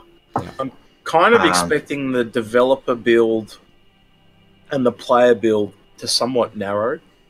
Yeah. Due to the fact of the Delta Patch. And that'll mean... Which is a good thing, because they're able to alliterate faster. Sorry, I stuffed up that word there, but you know what I'm saying. Those bug fixes that they kind of held on to because they needed to do a 40 gig patch, they're going to be put in a lot quicker. Those ships that are ready, that they had to wait for an update so they could actually put it in without doing a 40 gig patch, they'll go in. So getting those quarterly releases, they will be able to get it. Even if a quarterly release is just a ship and bug fixes, they'll be able to do it. Next question. Edison Trent asks, is putting 5 Nova tanks in a Caterpillar a good way to give the ships some firepower? Sure, you can't close the doors, but all that bird side fire will be cool. Honest to God, I think they're going to really gives credence to the pocket carrier mentality. Well, no, the pirate theme. Arg! Like firing. It would only be one broadside though, because the turret wouldn't be able to spin. But that'd be a really good name for the ship, the broadside, and it only fires one side. That'd be just the broadside around. Yeah. I think it's romantic, if anything, but I think it's more like no. Answer is no. Next question. Vamp 68 BSB 1975. That's an interesting business number. Any ideas on when they will give Redeemer info? Give me Redeemer. No, they said that they would hear about it in 2018. That's the last news we've heard. It's a mythical unicorn, and we're not going to see it or sight it anytime soon. Okay. As Captain Sarcasm, or AKA Haze, can say, he really hates the Redeemer. I think being realistic. I'm being realistic. You're being. I don't know. What do you? I'm not being not realistic. Let me finish. I think they're going to really rework the whole thing from kind of the ground up. It kind of needs to be to get it to what they. When? Well, I'm hoping it'll be this year. It's Aegis. Maybe. The only other Aegis ship on the cards is the Eclipse and the Hammerhead. And Javelin. No, that's... Well, Javelin's kind of done. That's kind of done. That's kind of done, but kind of not done. And there's no other Aegis ships announced. I think... I've got a feeling they're starting to wind up on Avenger. Aegis, but I could be wrong. The Avenger, again, it's kind of Vanguards? done. The Vanguards, again, we know they're being worked on. I'm sorry, look, it's one of those ships that are... It's going to have to come out. People have brought it, mate. The question is when. It doesn't have to come out this year, and it doesn't have to come out next year. It could come out after release, for all we know. But it's not that big of a ship either. So it is a big problem of a ship, though. So it's not that big a ship at present, but it really needs to be to do everything that it was said that it could do when it was created. It's a very big problem of a ship, you could say. What you're asking, Haze, very simply, and correct me if I'm wrong, just to put it in simple words, is you're asking how much of a problem is it to change it to what it needs to be versus the backlash of when you do change it. A big problem. Is that yeah, it's a huge community. I think unfortunately, if they do a really good job, no one's going to give a shit. Honestly, it seems like such a pain in the neck. They just don't want to touch it with a stick. Because the rework on the Cutlass is a damn good job, but it still doesn't. The current Cutlass still cannot do everything that it said it did, and that's why we've got the Buccaneer, because I realised this ship cannot be that dogfighter. And I'll come back at you and say I'd rather have the Buccaneer and the Cutlass than just have one. I'm not arguing that, but what I'm going to say is that with the Redeemer, to make it do everything it needs, they're not going to be able to do it. I reckon they're going to do a very similar thing like they did with the Cutlass. Cool. And if they do that, I have no problem. Do you guys have no problem? I have no problem with that at all. If they bring it into like what it's supposed to be as a spaceship as opposed to what was promised, I will have no problems with that. I'm sure the community will not be happy one way or another because they just can't be pleased. This is probably why they're leaving it so late. They just don't want to deal with it because it's too much of a problem. It's too much bad PR. Let's get some other good shit out first and distract everyone. They don't want the pitchforks and torches. They just wait till there's something shiny to distract everyone, and then we'll bring it out. Yeah. It's funny how they have the pulse on the negative shit, but they don't have their pulse on the positive shit. Anyway, finger on the pulse, sorry. Yeah, but you go on now. That's sarcasm from you too. Edison Trek goes. Any of you guys hoping for older TNGS ships to get a concept sale in 2018? I myself hope for the Scimitar, which are the TNG ships you look forward to. I honestly believe most of the TNGS ships have been borrowed and stolen for future concepts that have come out. I think if you look at the Hammerhead, you can see the Scimitar. Yeah, I think the idea will be there. Maybe not the absolute ship, the image of the ship will be there, but the ideas behind them have definitely been incorporated. Even if you look at the Buccaneer. The Buccaneer looks like another one. What's the one that was... I can't remember what they were called, but they had a Drake ship that was a mercenary gunship, and it even looks not that dissimilar from the Buccaneer. I can't remember the name off my head. But, sorry, I can't remember either. But, damn. Finally, I made it forget something. Woo! Okay, I got age as my excuse. Rembo asked, do you think the Hammerhead is ahead of schedule? I do, because it's white boxed, which is better than Banu Merchantman and 890 John. That's what I was going to say. If you look at even the turret system that's on the Hammerhead, that is a direct steal from what the idea of a Redeemer was. That extending one that it's exactly the same. So we're seeing bits and pieces from the next great starship. Elements chucked into ships left, right, and center. So, yeah, Hammerhead's in a good position because, it is more complete as a concept. That they've already know exactly what it's going to be. It's been fleshed out, all the corridors. There's very little work they need to do in the grey box and the white box stage. But I think it will be on a back burner for a little bit until they push out a couple of other ships because there is a priority. If I did another next great starship, do you know how I'd do it?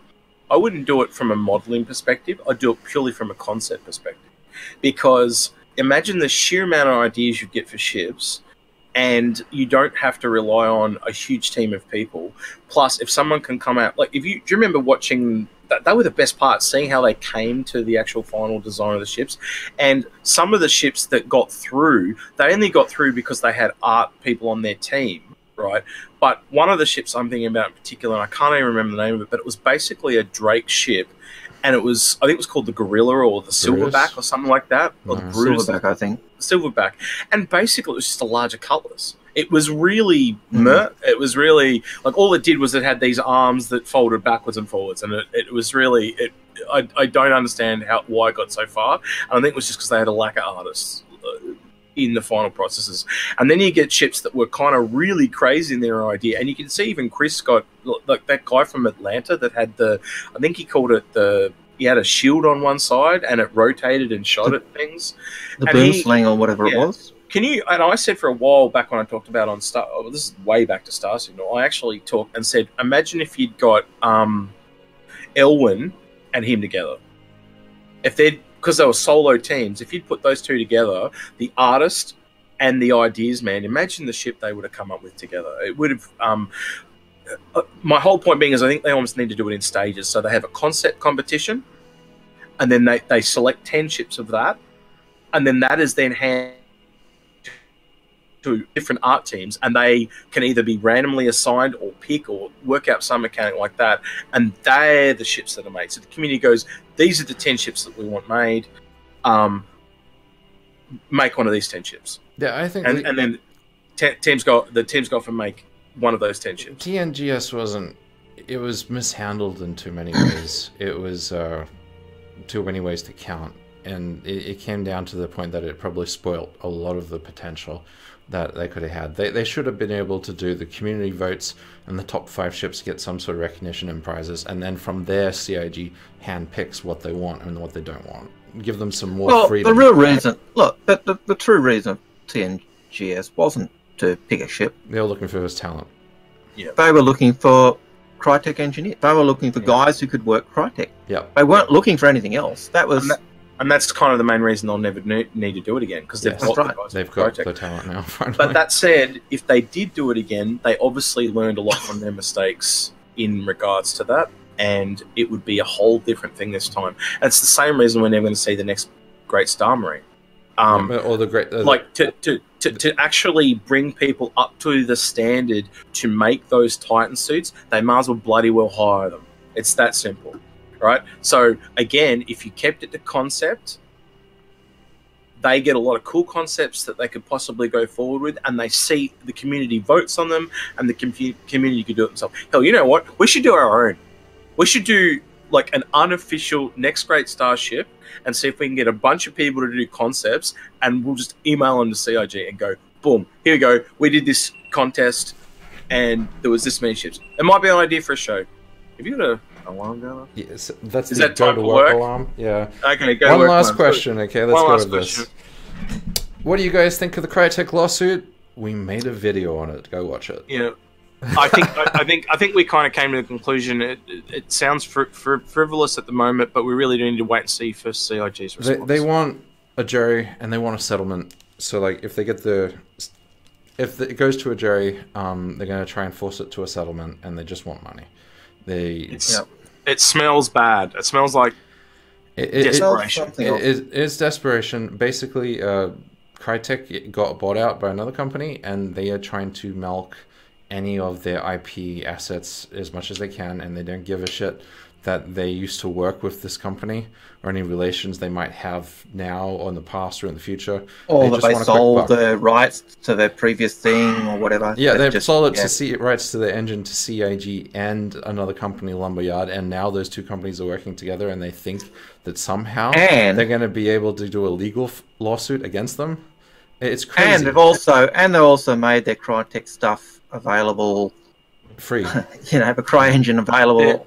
They're hoping that development will stop on Star Citizen so they can get their employees back. No, that's too far of a stretch. They want to do some bad PR and then settlement money to shut up. That's all they were looking for, and they might get it because Amazon, the CEO of Amazon, hates stuff out in public with dirty laundry, and he prefers to settle all his problems. Yeah, and also where it was announced as a really important factor too. It was announced right between the anniversary sale and the Squadron 42 announcement. It was loud and proud in that worst, because they knew it would be bad for CIG and what did they also release at the same time? Oh yes, their Crytek money type cryptocurrency. Just while we're there, first they go into VR and it fails horribly. Then they go into microtransaction mobile games and that fails horribly. And then they go bankrupt and they get bought up by another company, and now they're doing cryptocurrencies. I'm like, yes, but it's only cryptocurrency for games. Yeah. The only thing I think they've got in any redeeming factor going for them at the moment is that Hunt Showdown game looks actually kind of good, and I know a lot of people are in competitive stuff, so they need to get back to their roots and make some bloody good games instead of trying to. Their roots, they sold them. Yeah. Well. Or they couldn't pay for staff and they left. Yes. That's pretty much the crux of it. They stuffed up, and now they're hoping other people will pay for it. Well, and it's not even Crytek. It's like their new minion overlord masters are trying to milk it for what little money is left on the dead cow. They bought the company and then to what are they? You know, when they buy a company and then rip it apart and take all the good bits, and they bought it and found out, oh, there's no good bits left. Before we head off, the last thing I want to say is if there's any good info in ATV this week, we might do another show, unless we can come up for a good idea for another one. It has been really great interacting with you guys, and traditionally speaking, for news regarding Star Citizen, this is the quietest period of the entire year. So if we can get together with you guys and talk about to enter into the quiet period, aren't we?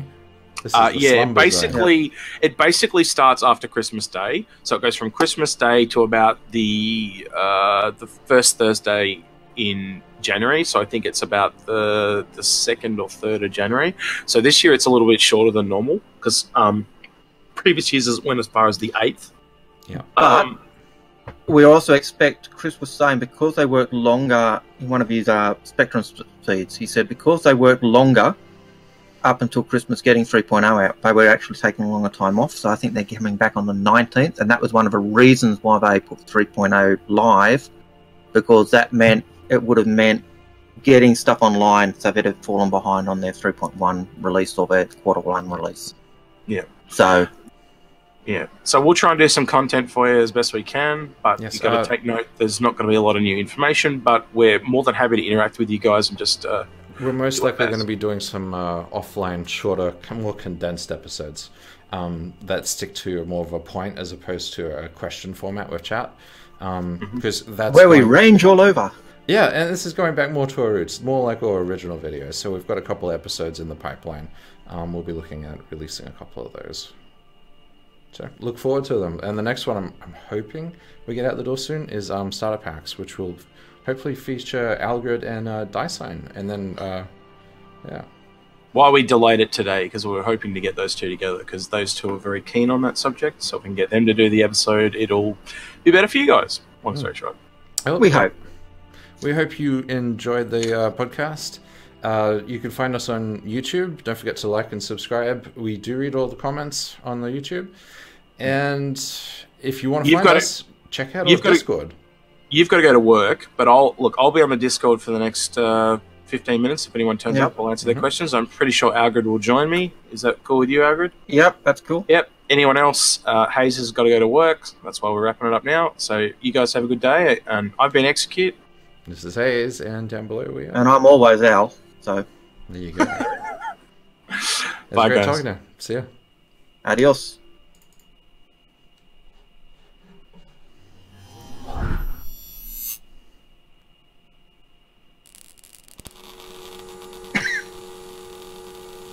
Quick, he's having a heart attack.